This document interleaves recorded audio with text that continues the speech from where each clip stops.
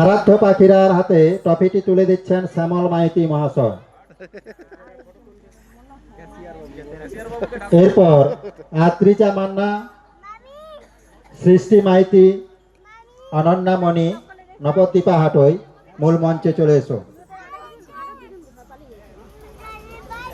আরাধ্য পাখিরার হাতে ট্রফিটি তুলে দিচ্ছেন শ্যামল মাইতি।